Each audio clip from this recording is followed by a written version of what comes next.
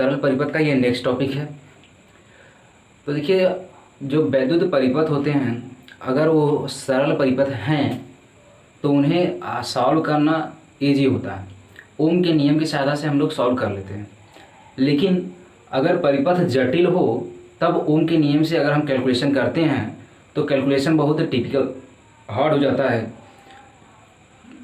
और हार्ड के साथ साथ कभी कभी ऐसा होता है कि उसका सलूशन ही नहीं हो पाता, यानी कि सॉल्व करना इम्पॉसिबल हो जाता है। तो क्या है कि सरल परिपथ जब सरल रहता है तब तो ओम के नियम से आसानी से सॉल्व हो जाता है। लेकिन जब यही जटिल परिपथ हो तो ओम के नियम की सहायता से सॉल्व करने में समय बहुत ज़्यादा लग जाता है और कभी कभी ऐसा होता है कि सॉल्व ही नहीं हो पाता, सोल्यूशन ही नहीं निकल पाता, तो सॉल्व करना इम्पॉसिबल हो जाता है। तो किरचॉफ ने क्या किया कि इसी इम्पॉसिबल को पॉसिबल बनाने के लिए कुछ नियम उन्होंने दिया। तो उनके नियम से अगर हम जटिल से जटिल परिपथ को भी अगर सॉल्व करें तो कुछ ही मिनटों में आंसर आ जाता है। यानी कि जटिल से जटिल परिपथ को जहाँ ओम का नियम नहीं लगता, नहीं ओम के नियम से आसानी से सॉल्व नहीं हो पाता, वहाँ पे किरचॉफ के नियम की सहायता से हम उसको आसानी से कम समय में सॉल्व कर सकते हैं। और जो ओम के नियम से सॉल्व करना इम्पॉसिबल था, असंभव था, किरचॉफ के नियम से उसको हम बड़े आसानी से सॉल्व कर सकते हैं, यानी वो भी संभव हो जाता है। तो किरचॉफ ने ये जो नियम दिए काफ़ी यूजफुल रहा है। तो चलिए पढ़ते हैं कि क्या है वो नियम आखिर। तो किरचॉफ ने दो नियम दिए हैं। उन्होंने पहला ये बोला कि कोई भी परिपथ है तो परिपथ में जहाँ वायर आके एक दूसरे से कनेक्ट होते हैं उसे संधि कहते हैं। तो किरचॉफ ने बोला कि किसी भी परिपथ के किसी भी संधि पे, परिपथ की किसी संधि पर मिलने वाली समस्त धाराओं का बीजगणितीय योग शून्य होता है, अर्थात समीशन I = 0।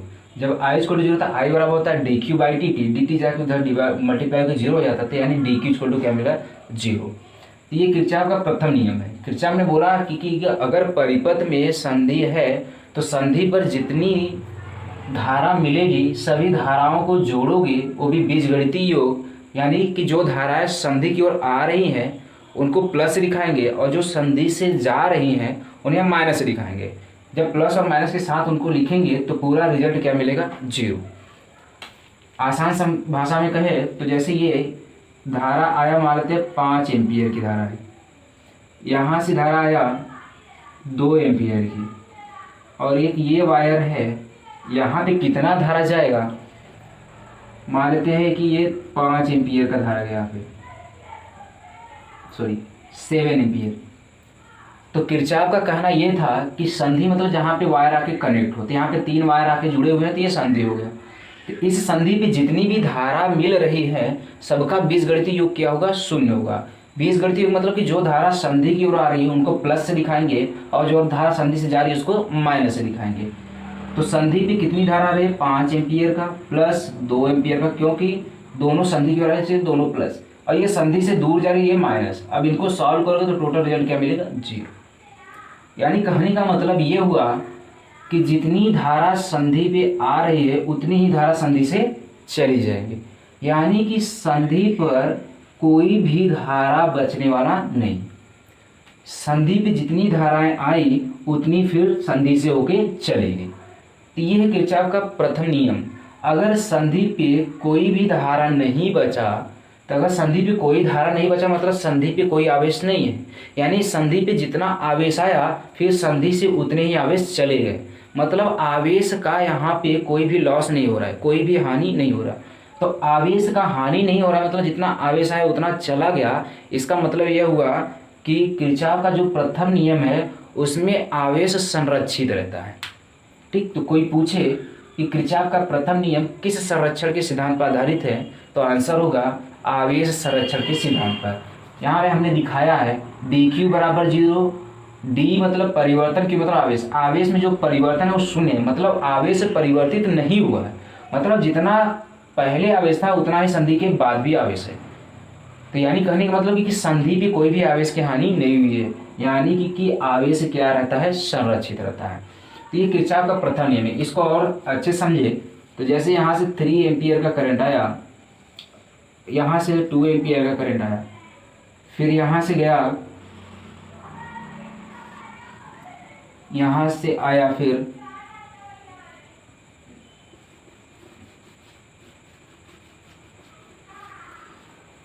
यहाँ चला गया 2 एम्पियर, फिर यहाँ चला गया है मानते 1.5 एम्पियर। तो यहाँ कितना करंट जाएगा इसको निकालना हो तो किरचॉफ का नियम यहाँ पे लगा के देखते हैं।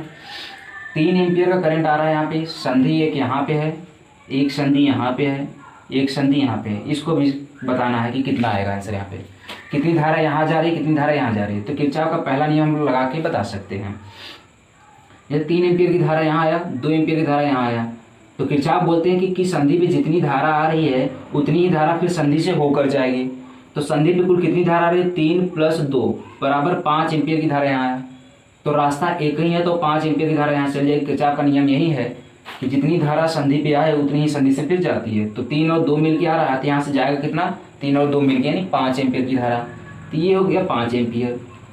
अब जब यहाँ 5 एम्पियर की धारा आ रहा है तो यहाँ से फिर से संधि है, तो यहाँ पे लिखा है कि यहाँ 2 एम्पियर जा रहा है, तो इधर कितना बचेगा, तो किरचॉफ का नियम फिर लगाएंगे। किरचॉफ कहते हैं, किरचॉफ पहला नियम क्या कहता है कि संधि पर जितनी धारा आती है उतनी ही संधि से फिर चली जाती है। तो संधि पे कुल 5 एम्पियर की धारा आ रही है तो संधि से जाएगी 5 एम्पियर, तो 2 एम्पियर इधर चला गया तो बाकी जो बचा वही इधर जाएगा।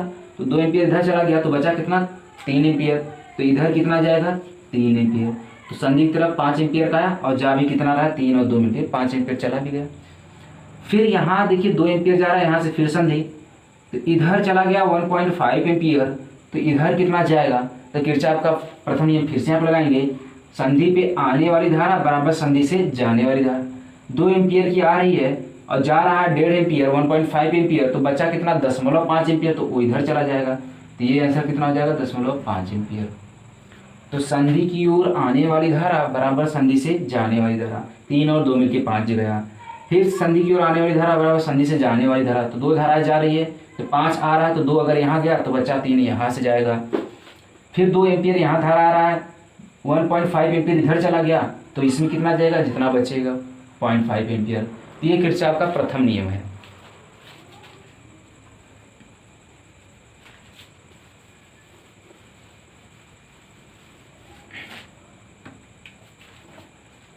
तो इसे हम समझ सकते हैं एक और फिगर से, जैसे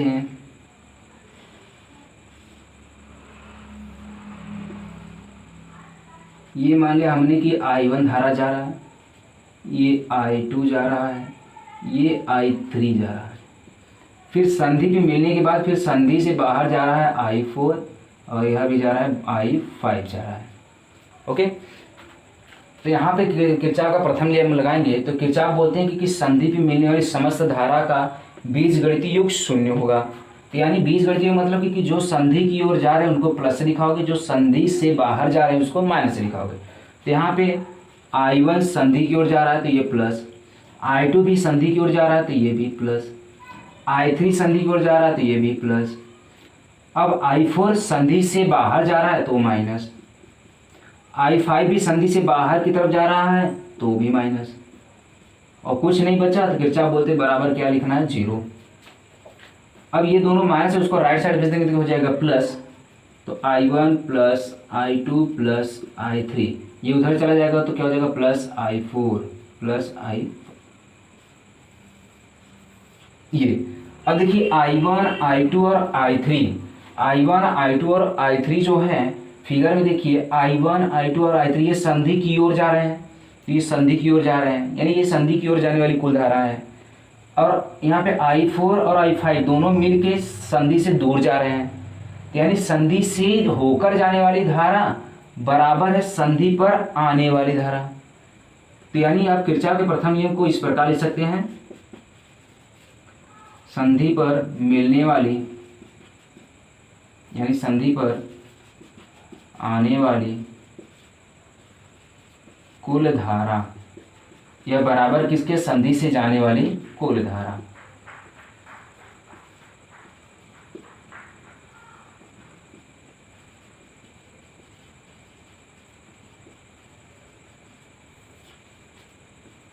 तो संधि पर आने वाली कुल धारा बराबर संधि से जाने वाली कुल धारा। ठीक, ये किरचॉफ का प्रथम नियम था।